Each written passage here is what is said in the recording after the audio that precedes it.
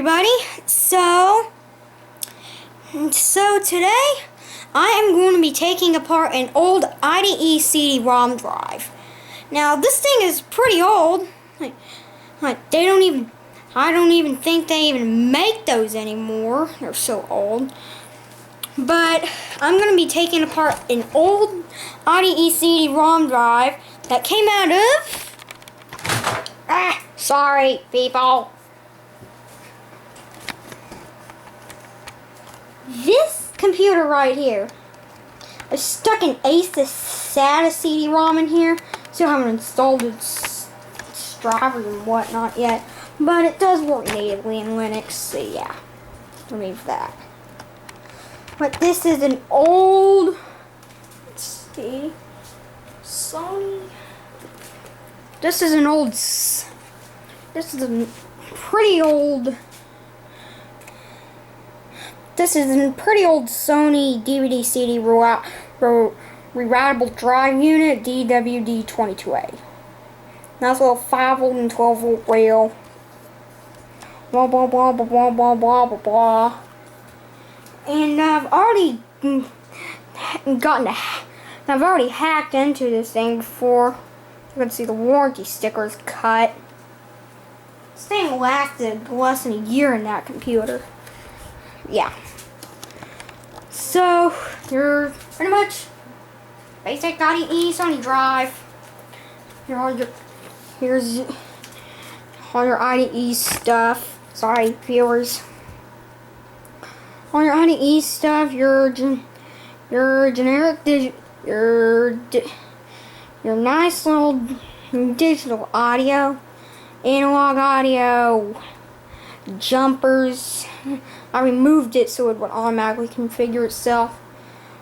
40-pin IDE connector and your 4-pin Molex power connector. So that's that. So let's flip this unit over and hack into it. Now I've taken 5 screws out of this unit already.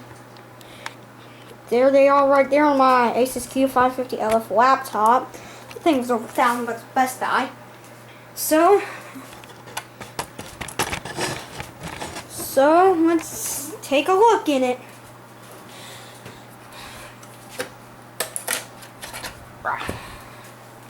Here are the internal workings of the drive. I had to snap something off in the front. I had to snap off a little bit of plastic on the front. If I can just find it.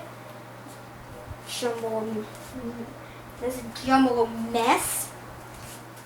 Just snap this piece. Snap this piece off because it was getting in the way, making it as annoying as heck to get this in. This is our secondary controller board, which controls the motor and stuff. Oh my gosh, it was annoying as heck to get that off. To get this out of here with that clip in, just snapped it off. Oh yeah, and if you're gonna be taking apart this CD-ROM, this kind of CD-ROM drive as well, you're gonna want a 2.4mm flathead or a 2.0mm flathead to take this apart. So the first thing that you want to do is we want to disconnect this top cable right here on the top. So you can either use your fingernails or a screwdriver to get that undone. Now that was the power connection to our CD spindle motor. The next thing we're going to do is we're going to pop this board out. Now you will need a flathead screwdriver for this. This clip right here. Take a screwdriver to it like this, and there should be a screw right there, but I've already unscrewed it and left it out whenever I closed the unit back up. But when it gets like, but once it's like that, and you've unscrewed the screw, just pull it up like that. Pull it up like that, and leave it as is. Now for our primary logic board. This right here is our primary controller board. Controls pretty much every other aspect of this drive. There is a clip. There will be two clips over here, and we want to do this one right here. So using a screwdriver, flathead preferably, and press this clip back there, and okay, hold on. Okay, so using one screwdriver, place it like this on the board. Hold on. Okay, let's redo that. Take your hand and put it on the back of the controller board. And this right here, we're going to use a screwdriver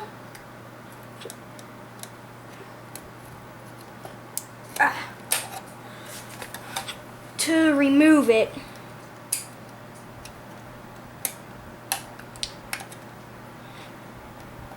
Okay.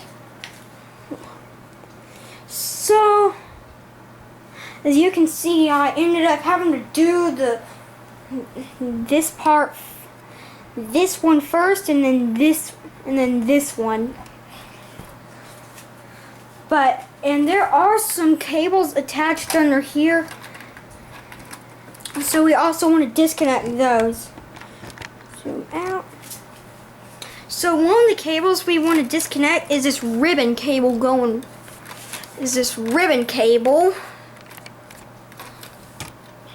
right under here.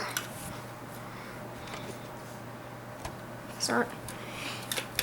That just pull it out like that and done. And there's also another cable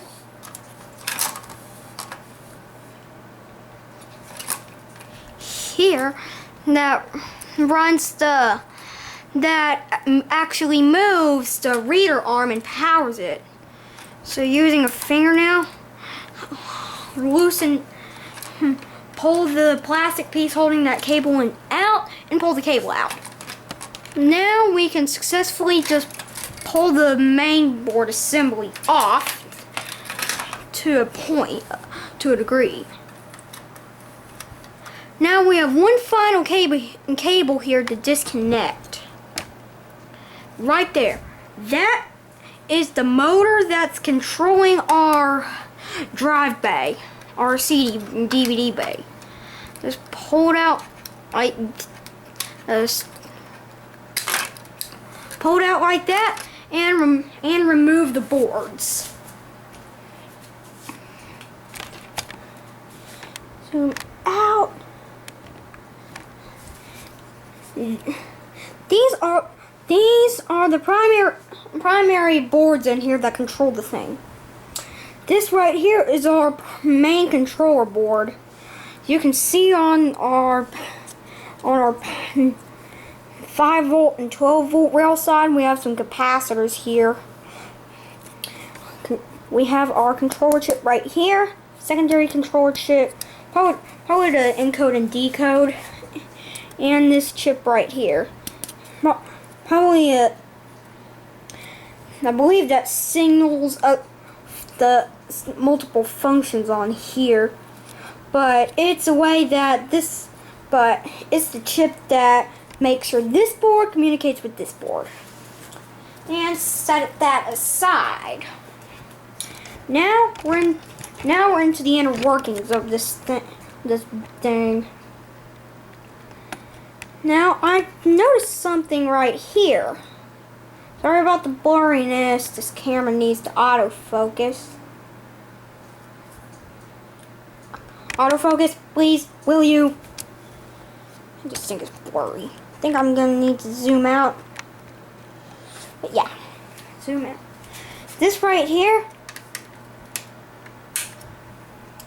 take a flathead screwdriver, 2.42 millimeter, and just press it up like that. Take a fingernail, press it, and just scoot it forward. If necessary, push it back. Then, sorry viewers, then back forward. That is what triggers the tray to open and close.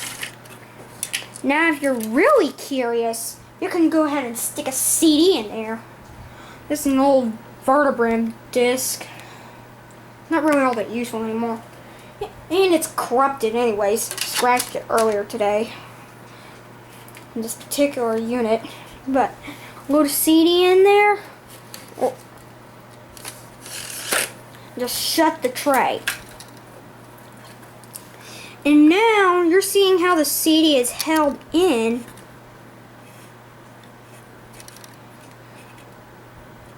It's held in on the top and bottom in the center area. Now to eject the thing, locate this part right here and just shove it forward. And pull the CD out, and you can safely shut the tray again.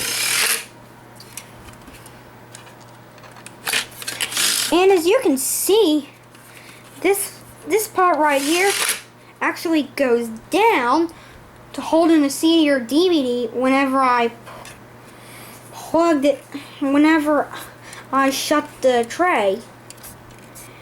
Now this is the actual read-write device that reads and writes to and from CDs and DVDs. Got the flat ribbon cable out of the way. Yeah.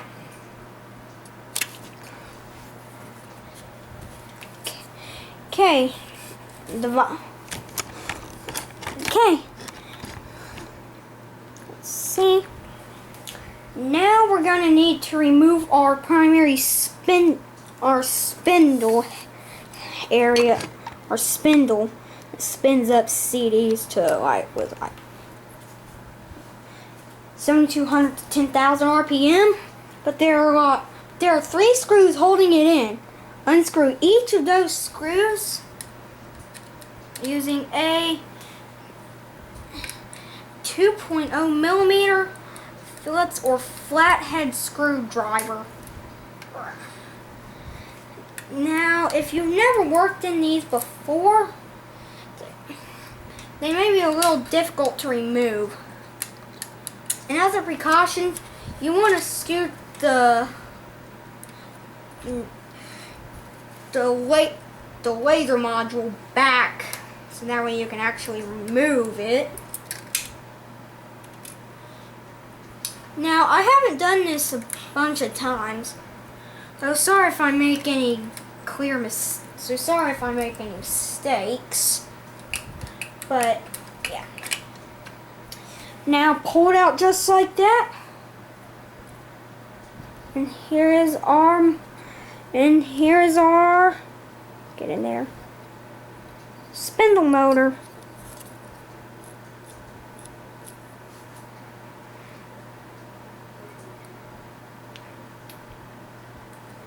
Yeah. Now this thing can spin dangerously fast. So I don't recommend you try anything with that at home.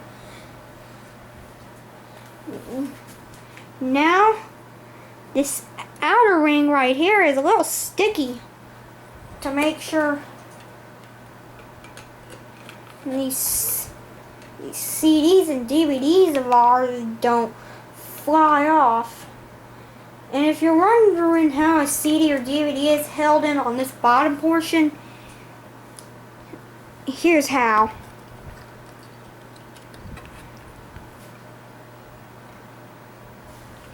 Yeah. Set it aside. And we have a blue thing back there, just sitting loose. That's what also helps secure the thing. Now we want to remove our laser module. And before that happens, we want to remove our laser module motor assembly, which moves it. Let's see. So using a 2.0mm Phillips or flathead screwdriver, unscrew it. Now these can be pretty darn tough when you're messing around with them.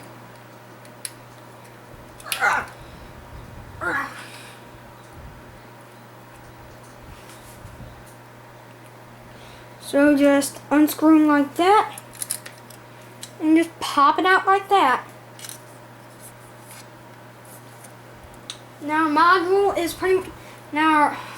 laser module is pretty much locked in on these two bars.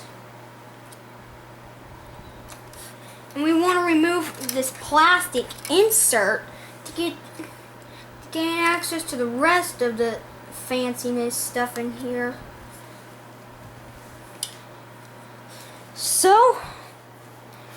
So the way you want to remove this plastic insert is you want to check all around for areas where you could pull it out. And then, using a good size screwdriver, sorry viewers. Now, using a good screwdriver, pry it out.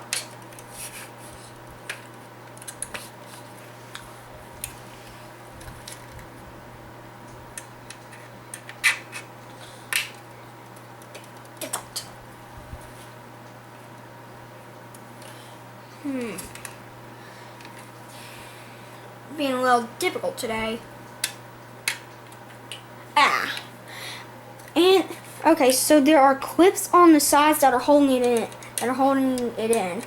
Using a screwdriver, go from the bottom of the clip and pry upwards with your screwdriver and push down. Do the same thing for the other side. It should come eventually.